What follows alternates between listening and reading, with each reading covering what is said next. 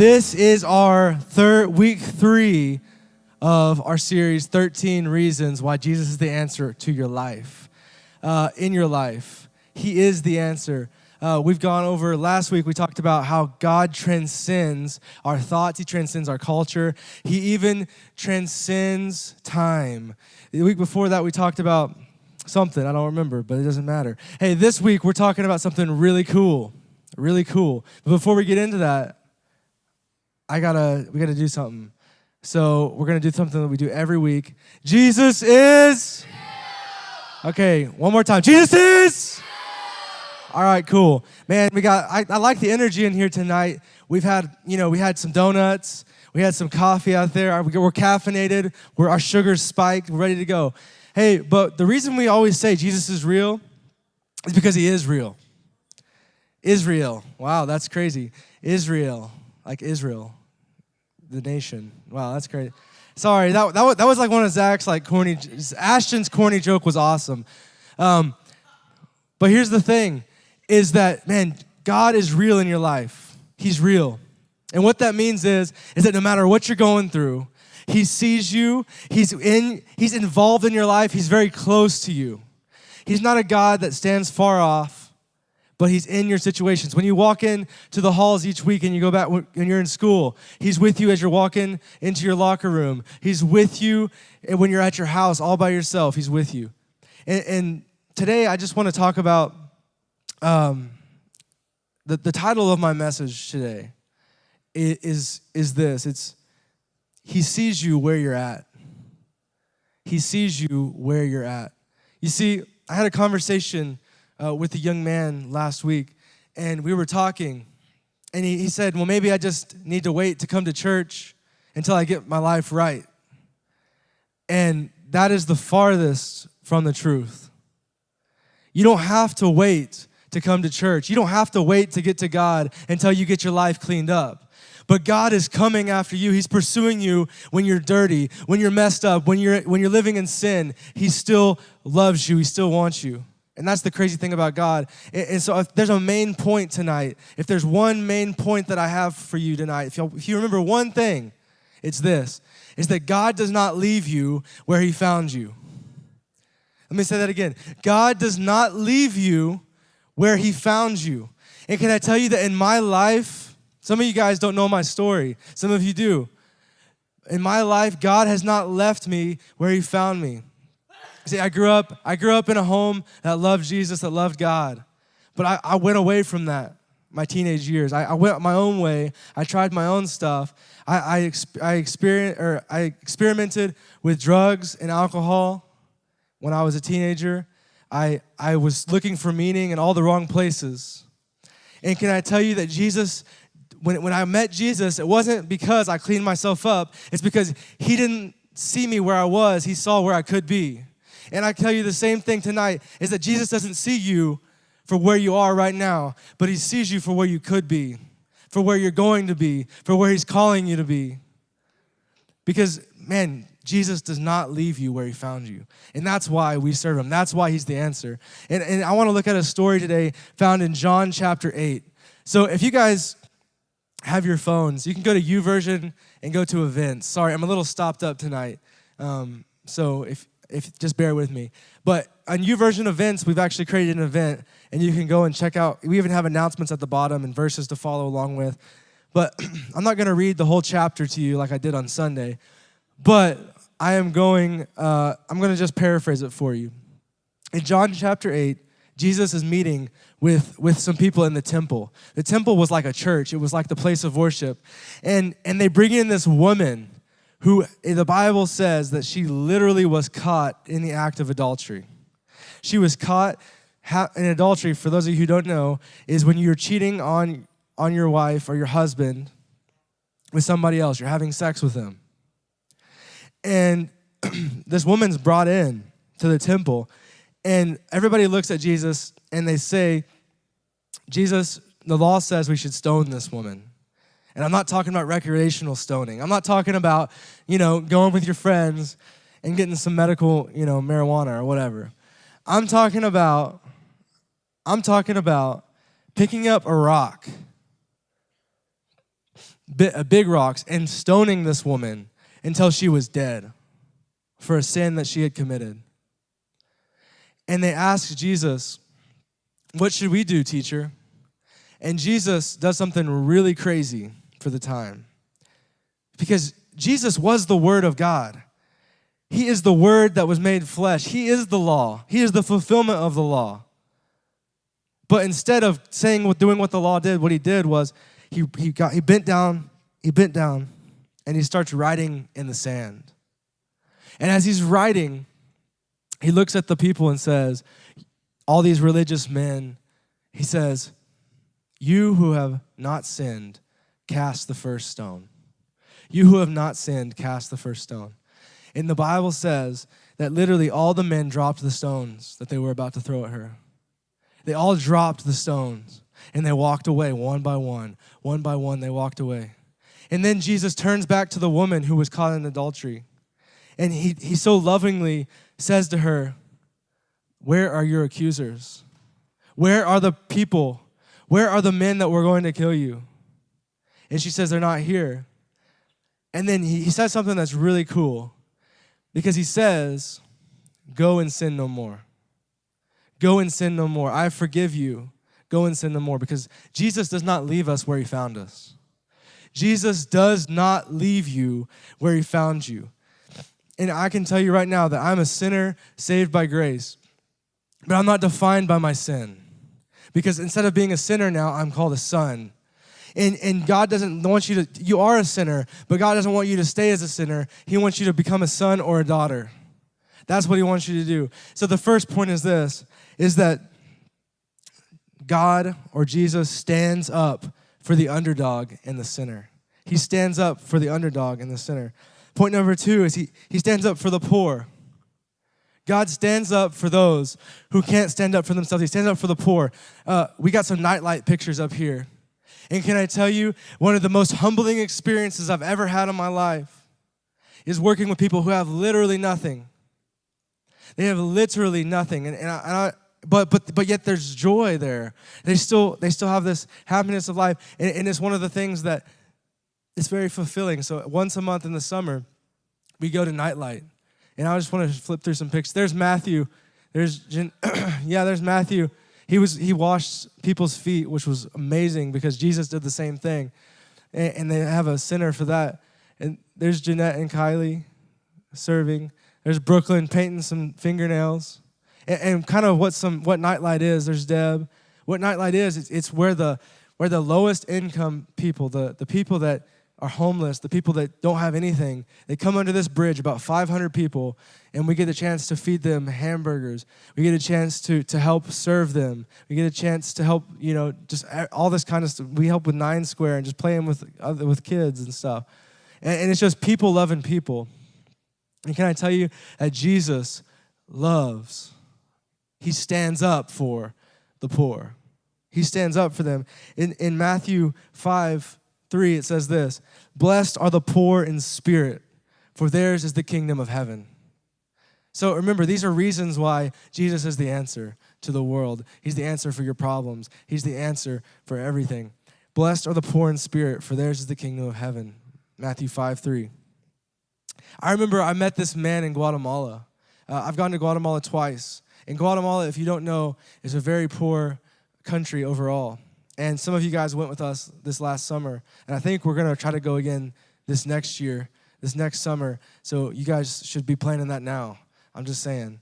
You can either go to that one, or we'll probably be going to Uganda as well. But the first time I was in Guatemala, I remember we were helping do some water filters and stuff. And there was this man. He came into our little camp that we had. We were sleeping in tents. And he came in, and he literally had this paper sack and a cane. That's all he had. And some sandals on his feet. That's all he had. And I remember thinking, man, what is this? Is this guy's going to come and ask us for money or something like that? He was probably 80 years old. And he could barely walk, and he had sandals on, and his feet were all cracked. And I remember I didn't know what he was saying, but we had somebody on our team that spoke Spanish and came over and started talking with the guy. And we gave him some food and water and just began to talk to him. He began to preach to us. He began to preach to me, and I was filled. Like the Holy Spirit like convicted me and said, man, Mitch, you were like judging this guy for the way he looked. You thought he was just going to come and ask for money.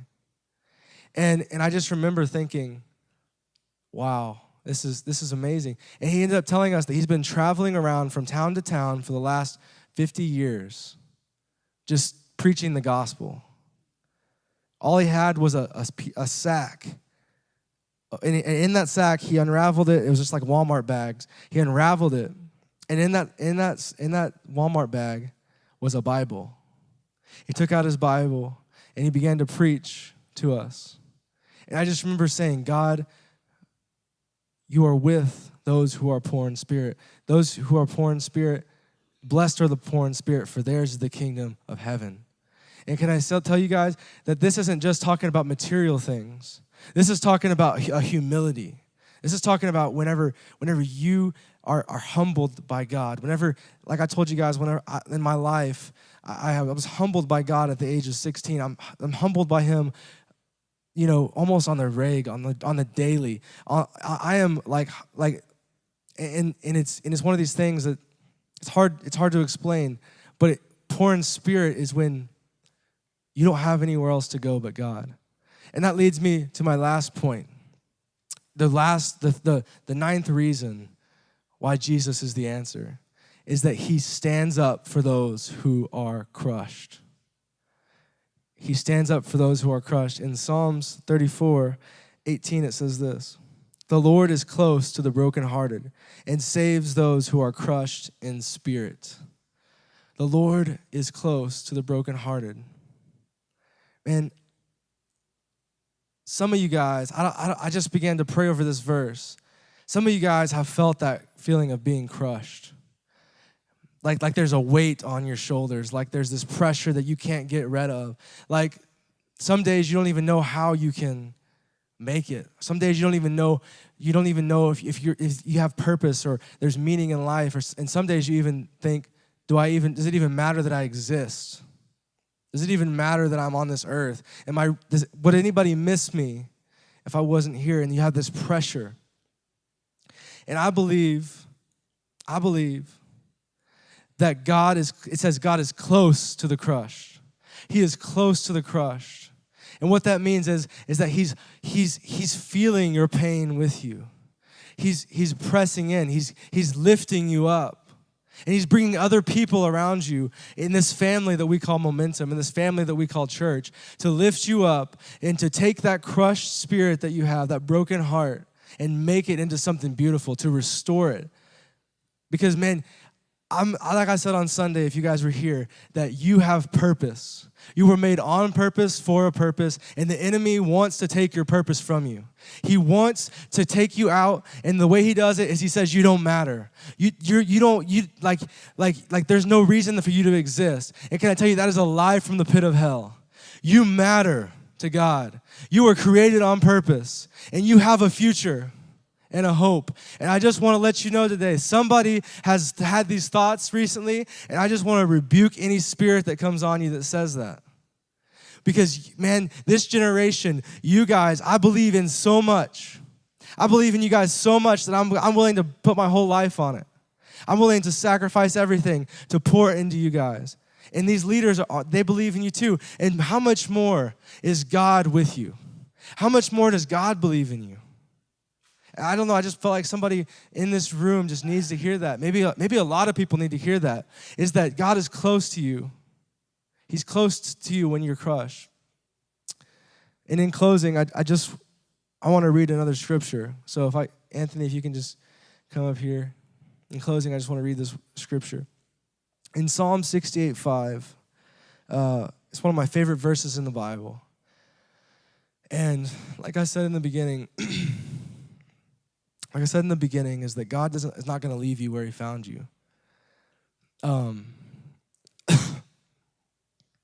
In John chapter 8, whenever Jesus looks at the woman and says, like, where are your accusers? Go and sin no more. Like, all that, I just wonder what was going through her head, Like one, she was crushed. Like, no doubt, like she was crushed. Like I can't even imagine what that's like. Like she felt shame. She felt guilt probably. She felt like she wasn't worth it, that her life wasn't worth it, like that she was something dirty. But the cool thing about God is he didn't see her where she was at. She didn't see her sin. She didn't see what was going on at that moment. But he saw her future. Like he saw what she was going to become. And can I tell you, when you get a glimpse of what God is transforming you into, what he's making you new every day.